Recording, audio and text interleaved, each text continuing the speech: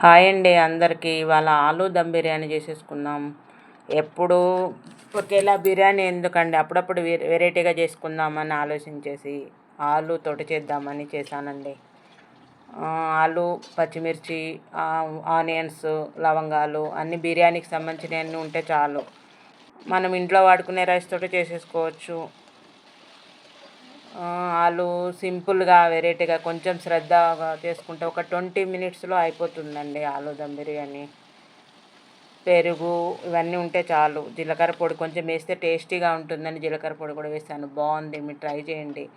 మనం ఇంట్లో తినే రెగ్యులర్ రైస్ తోటే చేసేసుకోండి. కొంచెం సింపుల్గా ఆలోచించి రైతా కూడా ఈజీగా చేసేసుకోవచ్చు.